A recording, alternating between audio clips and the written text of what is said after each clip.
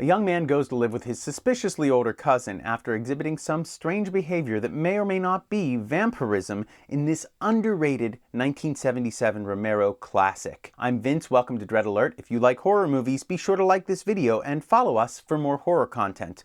Also be sure to stick around to hear about some exciting channel news that we have coming up. Today we're talking about 1977's Martin, starring John Amplas and Lincoln Maazel. Funny side note, John actually taught me acting my freshman year of college, and he is just the nicest man. Martin follows the titular Martin as he moves to Braddock, Pennsylvania to stay with his cousin Cuda, a religious fanatic who is meant to be his caretaker because every generation this family has a curse and a vampire is born among them. This movie explores themes of fanaticism and religious devotion.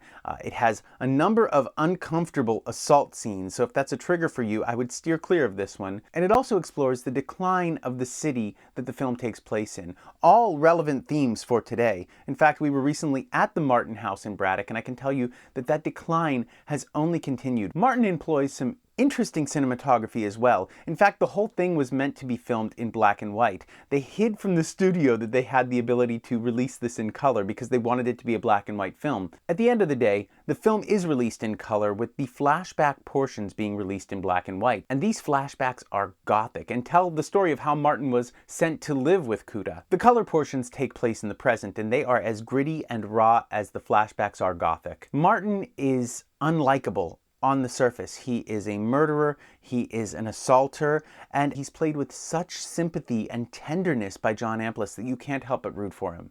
Whereas Cuda is pretty much in the right at the end of the day. He says, hey, don't kill people from this city, but he's almost unlikable in his fanaticism, and the ending of this film is so incredibly tragic and so ambiguous.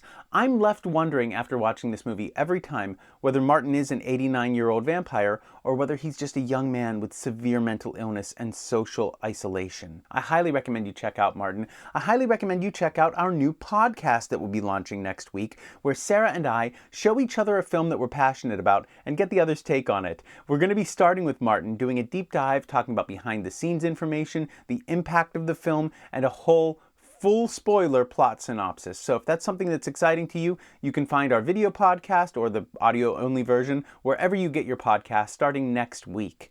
I'm really excited to share this with you all. Martin's available on Tubi. I got the second sight 4K Blu-ray because I wanted all those good special features so we can give you a whole history and background of the film, and it is worth the money. And as always, stay spooky, my friends.